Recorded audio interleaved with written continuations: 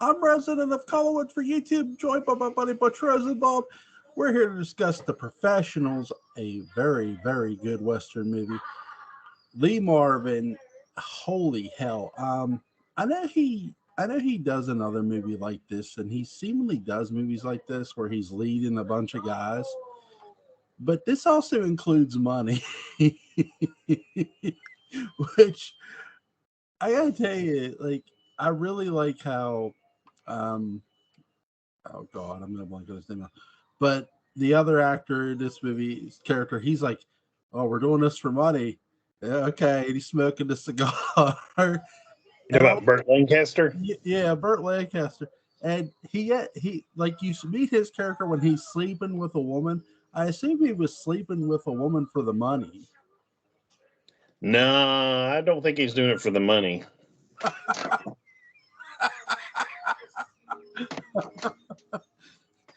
There might have been some money involved, but Somebody walks in, they start shooting at him. I'm like, oh my god. her husband. Yeah, yeah, you're right. Her husband, like, he just started shooting at him. He's running away. He's holding his drawers. This movie is like nonstop. Ralph Bellamy is in this movie. Woody Strode, uh, Ryan from the Wild Bunch. Robert Ryan. Robert Ryan. I always blank on his first name. Robert Ryan from the Wild Bunch. Really good, really great Western actors in this movie. It's a who's who. What did you think of the plot for this movie? Yeah, it's a great plot. You know, you suggested it as kind of a, I don't say a counterpoint, but a relation to Magnificent Seven, and it shares a lot of the same themes and whatnot. I mean, interestingly enough, the Magnificent Seven get paid, and the professionals don't. But you know, and I know Robert Ryan's in this, so this may play it.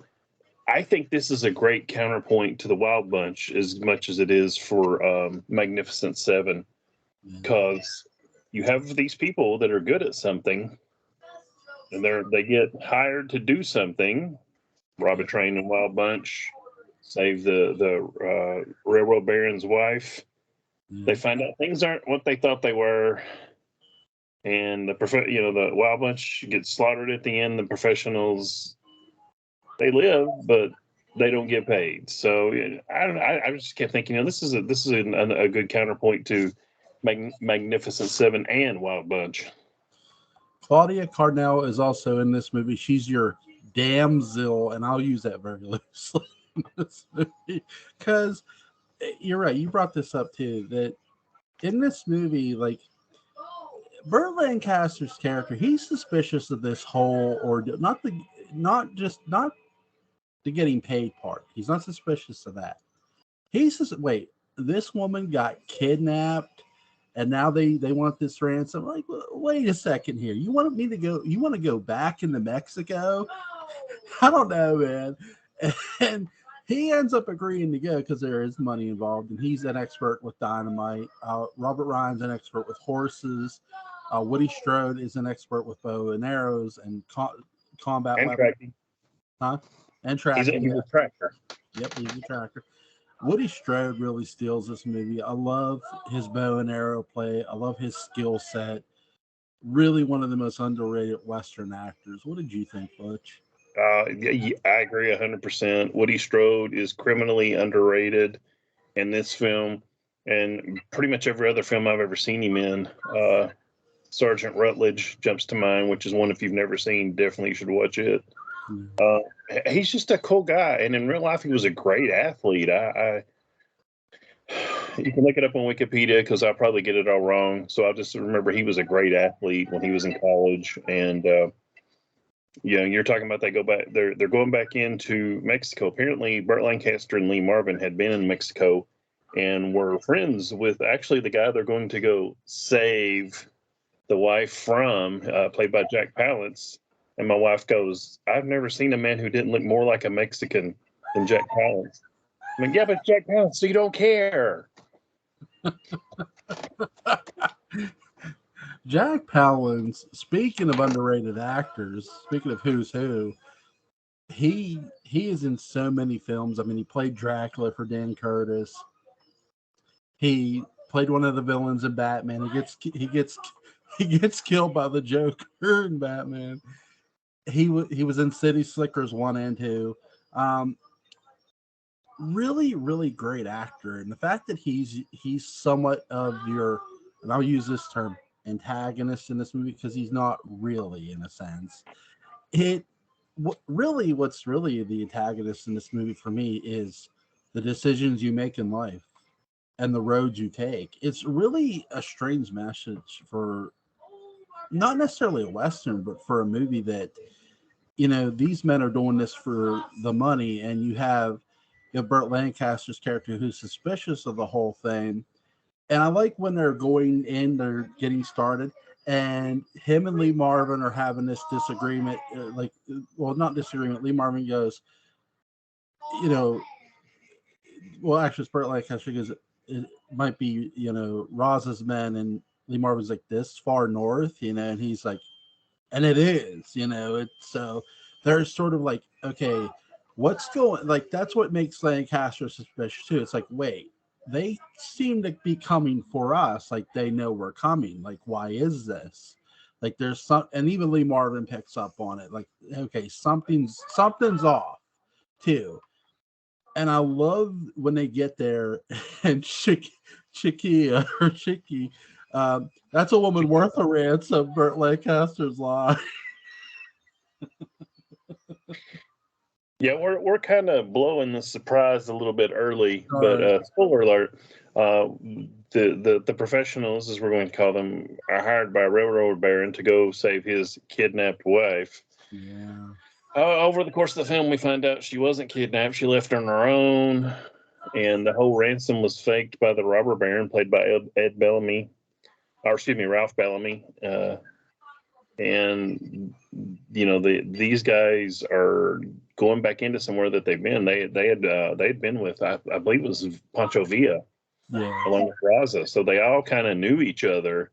Yeah. And I kind of got the impression there was one of these moments where both Lee Marvin and Burt Lancaster were like at the edge of the village in Mexico after all that, guns held on them, and they're like, "You get out, and you never come back." Because, like you said, you mentioned it, they're like, we got to go back into Raza's territory. We got to go back into Mexico. And Burt Lancaster is not interested in that at first, but No. but he goes because one thing he's been arrested and he wants out of jail. And what is it? Let's see. He gives them all 1,000 to start and 9,000 when they return, so 10,000 total. Yeah. What would be really fun for this? If they ever redid The Professionals. No. No. Go ahead. For the lead, for Lee Marvin's character, have Kurt Russell. For for for the co-lead for Lancaster's character, have Clint Eastwood's son instead of Kurt's son, or you could have Kurt's son, either one. I don't know who you get for Woody Strode. I don't think you could ever find somebody for Woody Strode because he's just that good, or Robert Ryan. So yeah, it wouldn't be a bad idea on my part. This is actually one that I think could be remade. Just don't tell the exact same story with the exact same characters in the exact same way. Yeah. I mean, there is a remake of Magnificent Seven. Me personally, the original is a lot better, but the newer one tells, I don't say a more interesting story, but a different story. And I don't necessarily, I'm usually not a fan of remakes, but there are a few good remakes out there. So, I mean, I said no when you first mentioned it, but I was thinking about that myself. According to, I think it was TVTropes.com, there was talk of a sequel. Ooh. But they all went to different jobs. Then by the time they finally got around to where they could do it, it was around 73, I believe. And Robert Ryan's health was really bad and died not too long after that. So that's why you never got a sequel. Plus the fact, according to Wikipedia, TV Tropes, and IMDb, Lee Marvin and Burt Lancaster hated each other and did not get along off screen. That's not shocking. Apparently, Lee Marvin was drinking really bad at this time and missing, not showing up late, and all that. And apparently, and I've said, I think it was last week, I'm not a big fan of Burt Lancaster, and I've been trying to watch Burt Lancaster movies and figure out why, and I haven't stumbled onto what it was. So, but apparently he was very professional. He'd show, he was there on time, knew his lines, blah blah blah, and expected everybody else to do that. And Lee Marvin was kind of, come on, You can't really tell on screen though either. I mean, they're really good together on screen. Yes, they have great chemistry. All four of them, really. I mean, So what did you think about the desert porn we get in this movie? I love it. I was thinking about you so much. There's two big scenes, well, more than, but when they're going into Mexico through the desert, and then when they're coming out with Mrs. Claudia Cardinale. I can't think of her character's name at the moment. Yeah. And just how much I was going, yep, this is some desert porn for Jewel. But if anything, I might argue that the desert itself is the villain of this picture. Yes. Yep. But it's a beautiful, beautiful villain. We sort of see some of that with the Searchers, where you see the desert sort of can be its own villain. They double down with this movie. Robert Ryan really sells the heat, and it's all four characters do in a sense. They have to shoot one of the horse. Robert Ryan, who didn't want to shoot the horse and let it go, said, "I'll go toward water." He goes, "I'll take care of it." It ended up getting Burt Lancaster's character captured, and then they saved. There was an upside. The symbols they would use would be an upside down cross. So if they saw an upside down cross, they knew that meant trouble. And I love the signal Robert Ryan uses on the train. Hey, you forgot your upside down cross. Letting you know, hey, this is an ambush, which is really cool. When they see the upside down cross, there's a great line, and to me, it just shows you where what an example of what the title of this film is. He's like, how do you? Lee Marvin goes, "There's trouble," and Robert Ryan goes, "How do you know?" And he's like, "Upside down cross," and the camera pans across this graveyard, and there's one grave with an upside down cross, and Robert Ryan's like, "Anybody could have left that," and Lee Marvin goes, "That's right." and I think that's an important part. I mean, these guys admitted Robert Ryan's not in his element, no pun intended. Right. But Woody Strode, his character, I feel like could go anywhere would be okay. Yeah. He's very much a ranger. I mean, you could put him in Lord of the Rings and he'd be okay. Lee Marvin, his thing is tactics and leadership. Him and Burt Lancaster have both been here.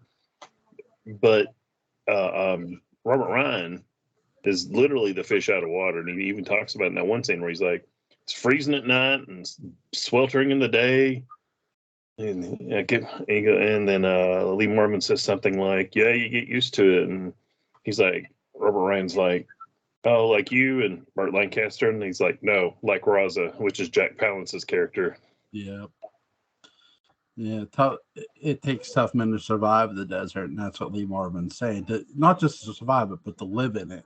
And Raza has been living in it for a long time. I mean, these two guys, right? Yeah, he grew up in it.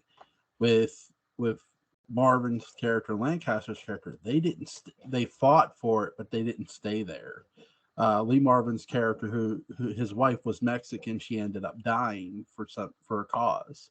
And the woman they're rescuing, Lancaster's character says she reminded him of Lee Marvin's character's wife, and that's sort of something like he's like, we're not setting her free, and it's like, he goes, we made a contract, and we're going to honor that contract, and they do.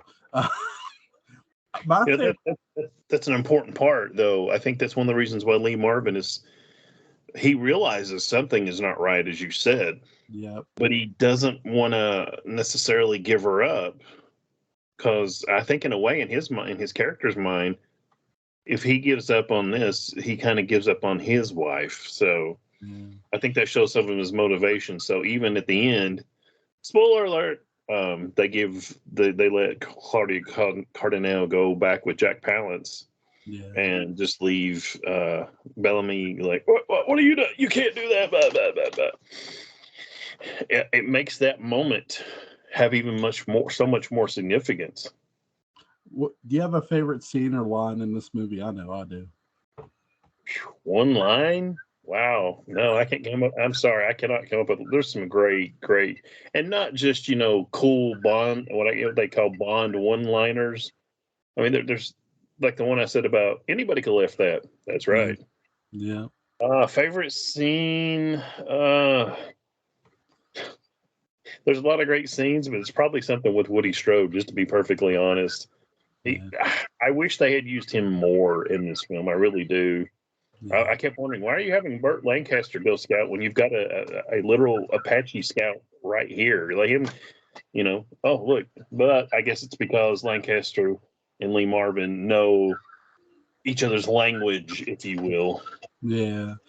I think that's why, too. Like, his character is meant, okay, I'm familiar with you, you're familiar. Really, they're not familiar with Ryan's character or Strode's character. And I think that's what comes across, too. It's like, it's not that they don't trust them.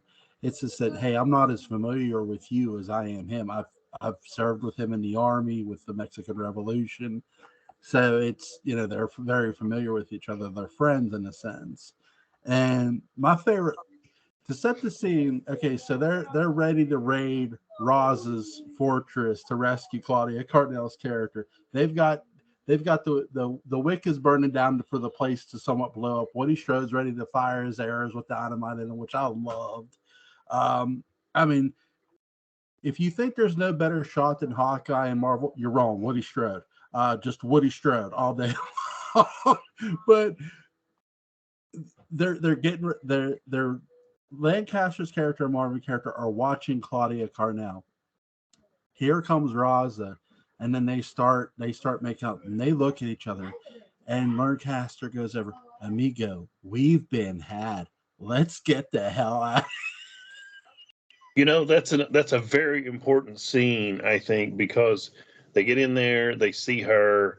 This woman, Claudia Cardinale, another woman comes in, I think, to brush her hair, and Claudia's like, "No, get out of here," and she looks just very, what you would expect someone who had been kidnapped would being held against their will would look. And then the night wears on, Raza shows up, and you think, or at least I always feel like you're supposed to think, and I did the first time I watched it, he's coming there to rape her.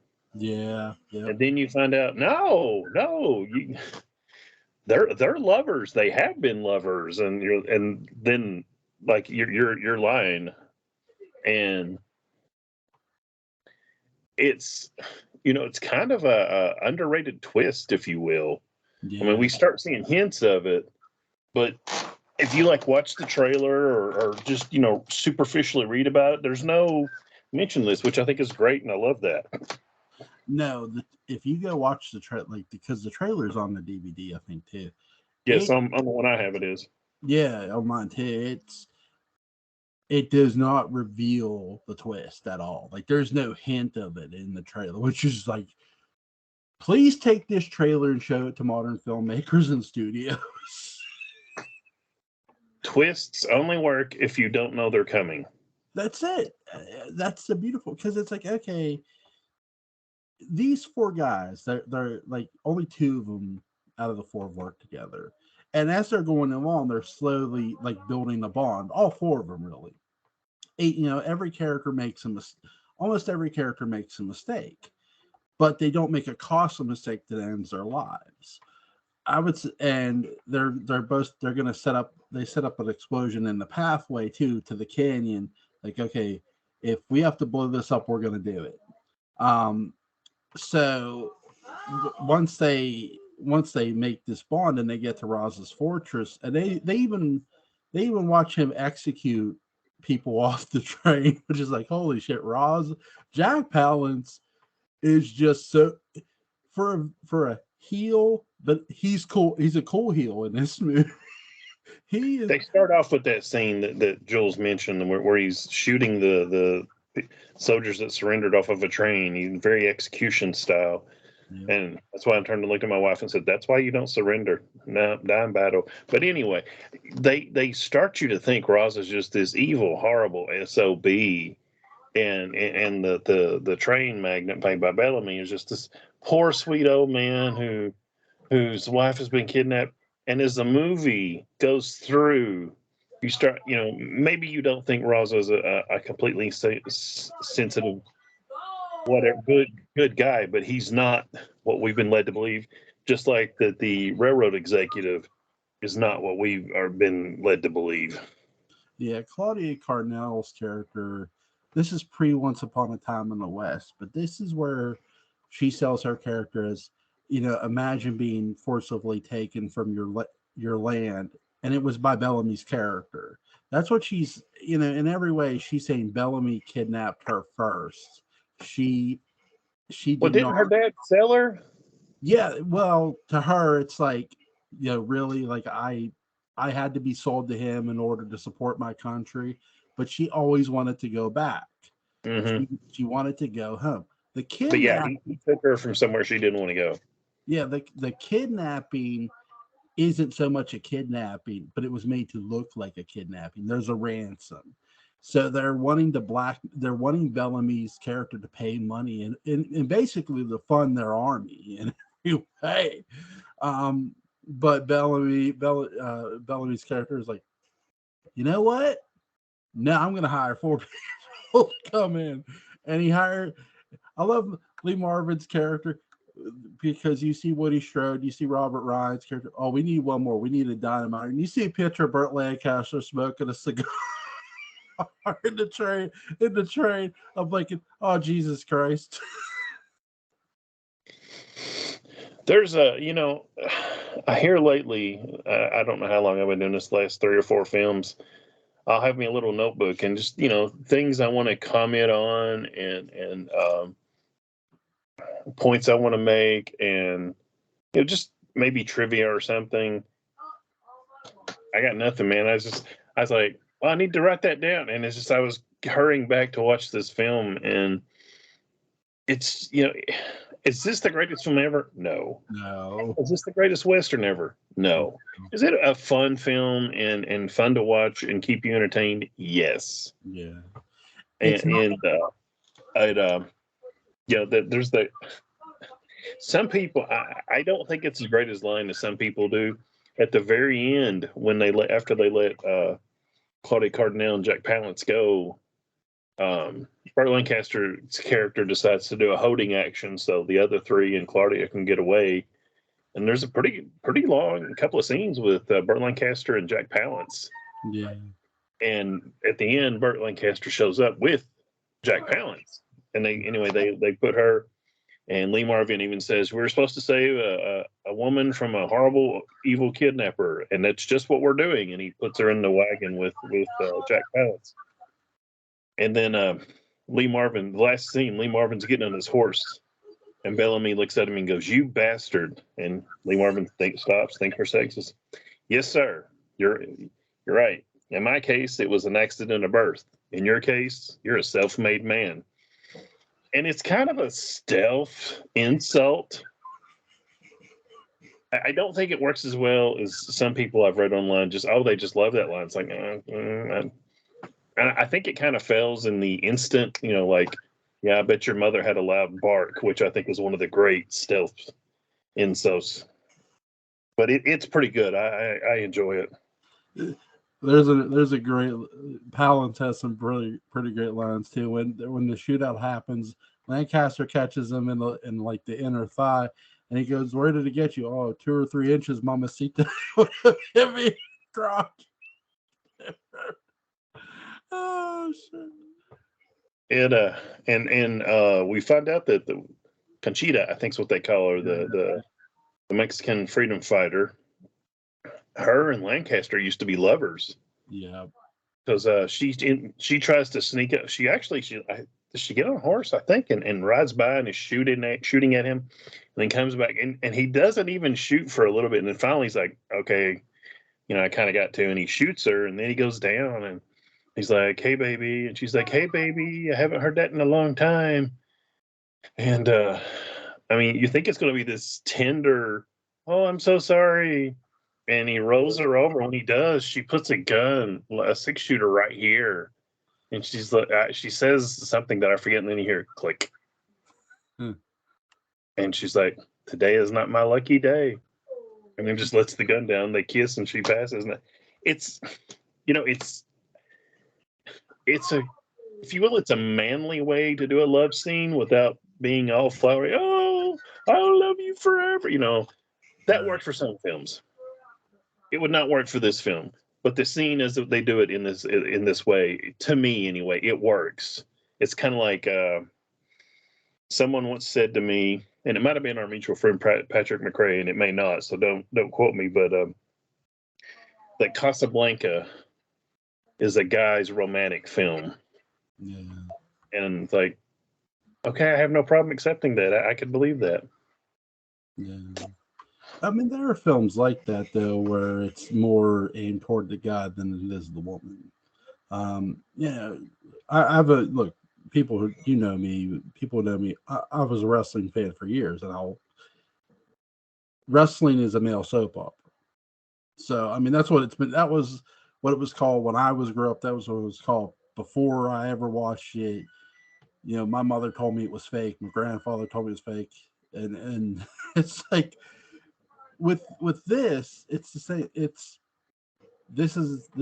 a man. You're right. Casablanca is a man's love story, and in this way, the what they're not now. This is sort of like a man's Western love story with more than one love story. There's a lot of going on. Him and her were lovers. When she hears the word baby, because that's what he says, just me, baby. And Lancaster's smoking a cigar, and she's like, baby, and she realizes who it is. It's just like such a cool moment. Like it's like the one-liners in this movie are killer. They really are. They're so good. They don't draw attention to themselves. Right. Rather than it's. And I'm not hating on Bond. Please don't. Please misunderstand me. I mean, I have all of them in a Blu-ray in the section right over there, separated by colors on my disc, so I know. I can go. Okay, here's the blue ones. Oh, there's Daniel Craig. That kind of thing. But I think it's in Thunderball where they're on the beach and some guy's coming up to kill Sean Connery, and he takes a what is it you use underwater? The dart gun, and he shoots him with it, and he goes, "I think you got the point." And that works for him, but this film it's not just quippy one-liners that you go, ha ha.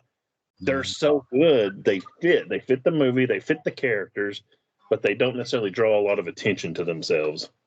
Yeah, they don't, but they're really, it's well acted. You have four really talented actors, and you have a talented villain actor in Jack Palance who's just so dynamic.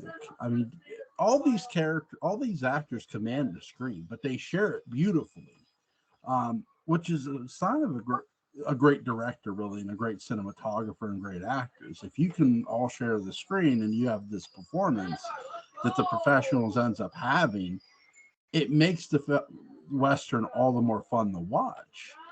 What did you think of the train scene where he's I know we're going back a bit, shooting the prisoners? Was that just like holy crap? That yeah, holy crap pretty much covers it. You mentioned it. The guy that directed this, I think his name is Robert Brooks. He directed, co-wrote, and produced it. Apparently, he had done some film that didn't do well, and this was his redemption. Just want to throw that in real quick. The train scene. This is a movie that excels and giving you backstory. Like when Burt Lancaster and Robert Ryan's characters are talking as the train comes over, and maybe there's only one revolution and we're all part of it, and which, if done wrong or done badly, would sound so stupid. Yeah. It's a powerhouse scene. It really is. When did this movie come out? It's mid '60s, wasn't it? Yeah. I felt like some of the scenes in this almost precipitated the Wild Bunch, the robbing of the train, if you will, and the I don't know if it's cool, but there's a machine gun. I believe it's a Maxim that they have on the train, and at first they're laying waste.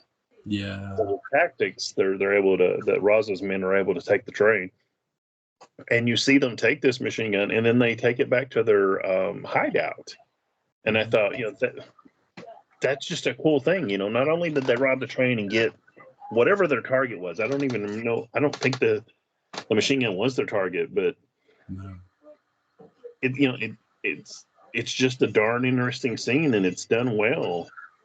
Yeah.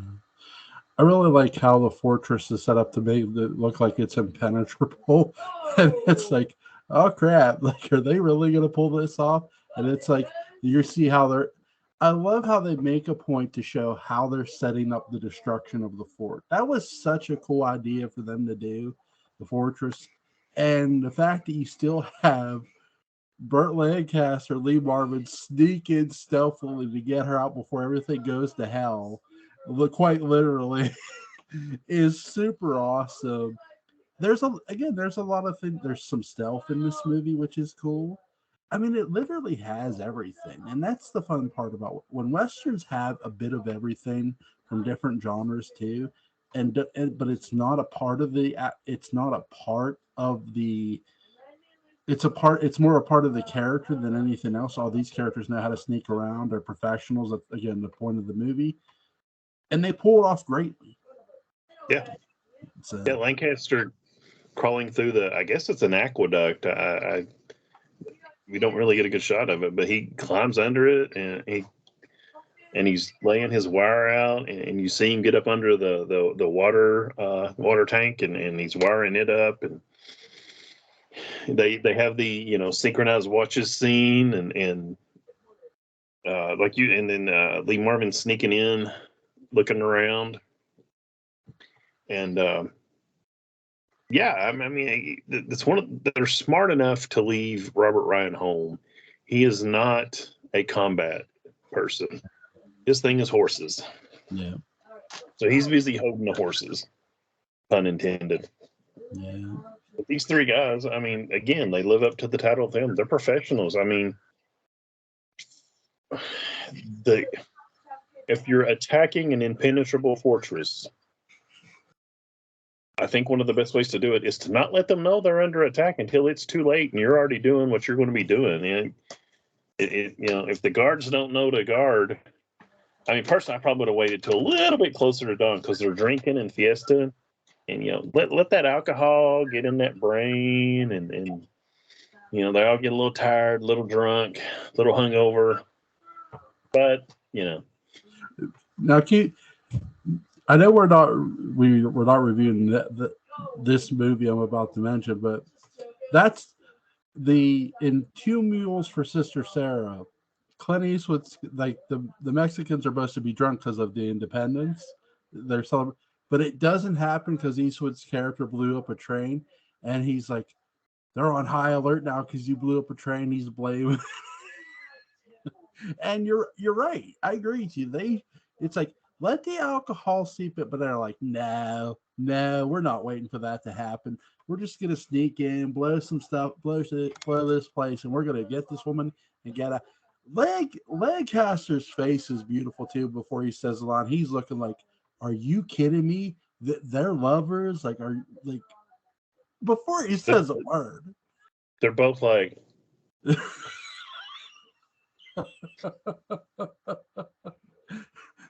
It's like, really, like, hey, Mika, we've been had. Let's. He's willing to leave. Like, forget all this. Who cares? Like, but they know they can't stop the dynamite. So Lee Marvin's just like, let's do it. Well, and also, I mean, a couple of times Lee Marvin's character talks about, we have a contract, and there's a very similar scene where he's like, we gave our word. And Burt Lancaster's like, he doesn't say to who, which is the Wild Bunch thing, but there's that theme coming up again. Hey, we were hired to do a job. And I think it's one of the reasons it started making me think of the Wild Bunch again, because these guys have honor amongst them, even the ones they don't know. They don't make fun of Robert Ryan's character. They don't belittle him or anything. It's like, oh, let him rest and give him some water. And Woody Strode's character is quite possibly the most helpful Apache Scout ever. But it just, whereas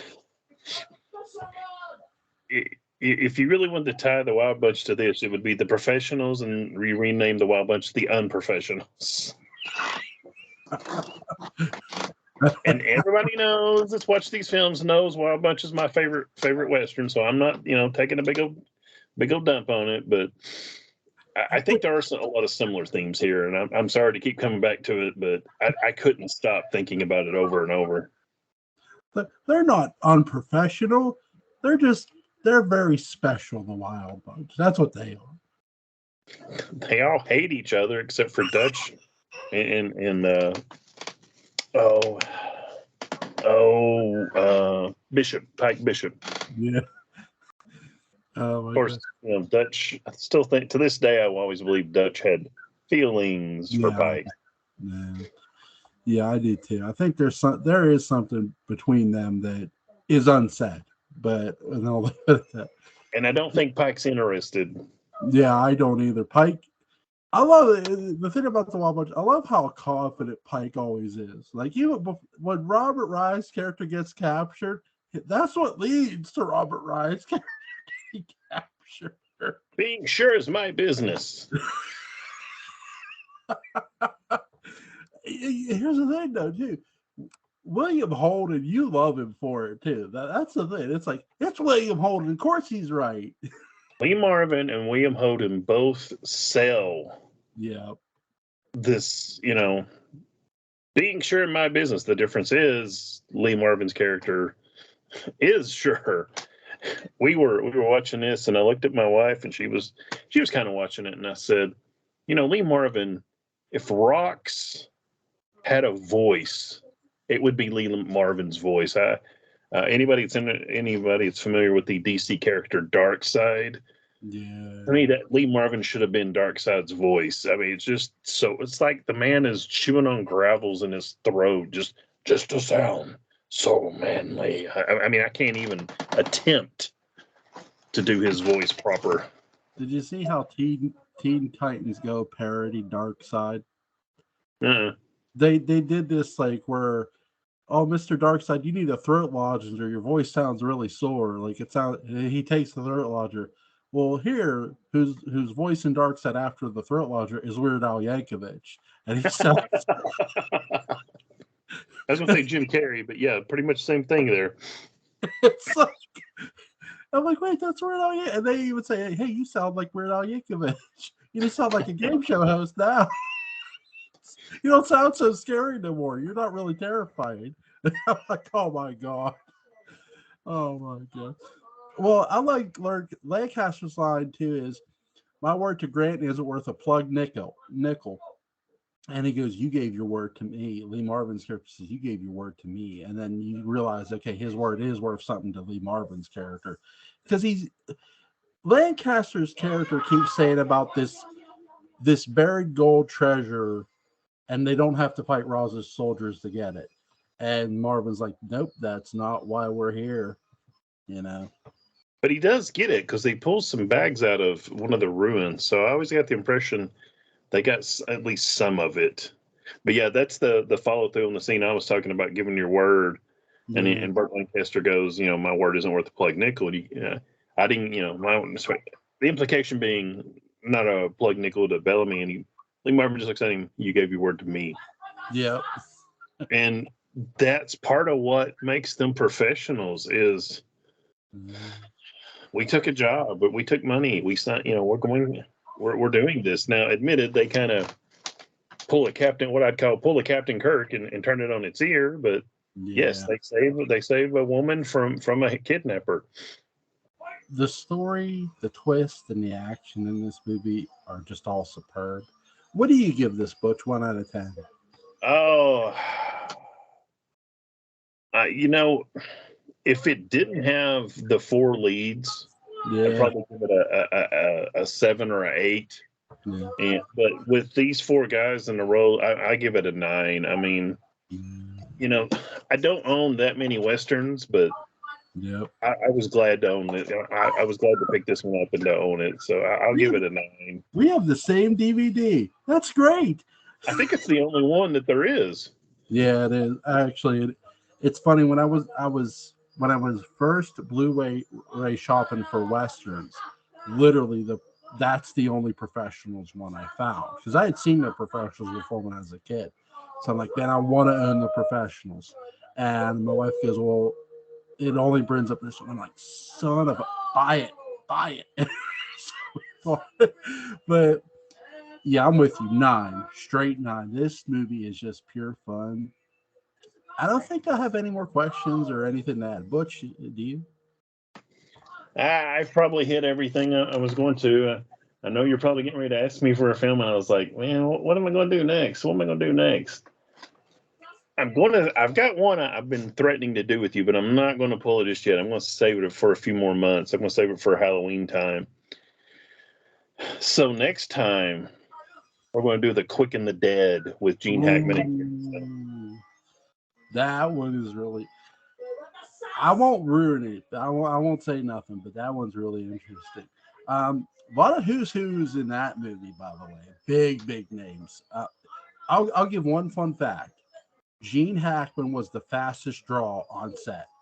I have read that repeatedly. Really, the fastest draw. Not because the script said so. Yeah. The thing I really like about The Quick and the Dead, and it was one of the first Westerns that was released that I actually want to see, because it's directed by Sam Raimi, who's known for the Evil Dead films and the Spider-Mans with Tobey Maguire. But he does it Raimi style, like they're getting ready for one that shoots out, and the camera comes in and it turns, and to me it was a lot of, and we've talked about a lot of the older Westerns, the John Waynes, the early Clint Eastwoods. The cameras are very static. Yeah. Even in tonight's film, they're and for the most part I like that. I hate shaky cam where you're trying to watch something, and my apologies for anyone for that, but I hate that stuff. Raimi used the camera as a tool, but it still told the story, as opposed to, I'm going to shoot you. That there is what it looks like when Butch is chasing somebody. How would you know, Joel? By the way, you need to call your probation officer.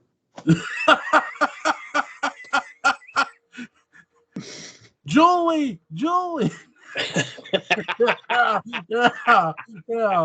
Call my wife. That's my probation officer, my wife. It's fun when she was getting ready to go to work. Like, she could order something to see how bad it is at work. 22 hours, and she's like, "Oh my God, they're swamped already." I'm like, she goes, "I'm walking into hell. I'll see you." Like, oh my God. I would advise you, whenever she gets home, to have whatever she likes ready. I do. And either the kid's asleep or whatever, maybe she loves for him to come in, or maybe she's like, I just want to sit down and be left alone. That sounds like you need to have things ready for her. I will, and if I don't, and if I go missing, Butch Rosenbalm is going to deny knowing me. I know nothing. I speak no English. Bueno, senor. Yeah, for sure. Oh my God. Yeah, but it's just The Professionals is just a fun movie, and this was a It is. blast to cover this movie. It's so quick and so easy. It doesn't. That's the thing too. With some movies, I've talked about this with certain movies that sometimes some movies can just lose you in their plot. This is not one of them. The twist is just icing on the cake. It really is. And it's a fun twist, and it's like still, oh my god, because again, they had to make it back with her. And you weren't sure what was going to happen once they got back, if they got back, because there's always if they get back. Well, they do, and again, great movie. Butch, this was a lot of fun to cover, buddy. I cannot wait till next week. The Quick and the Dead is really, really fun movie to discuss. Uh, Leonardo DiCaprio is a gun salesman in the movie. So why not? Why not? Fun movie. So next Saturday, Butch, I'll see you, buddy. Enjoy the rest of your Memorial Day weekend. Thanks, Joel. You too. Everybody else out there in YouTube land. Good night, buddy. See y'all. See you.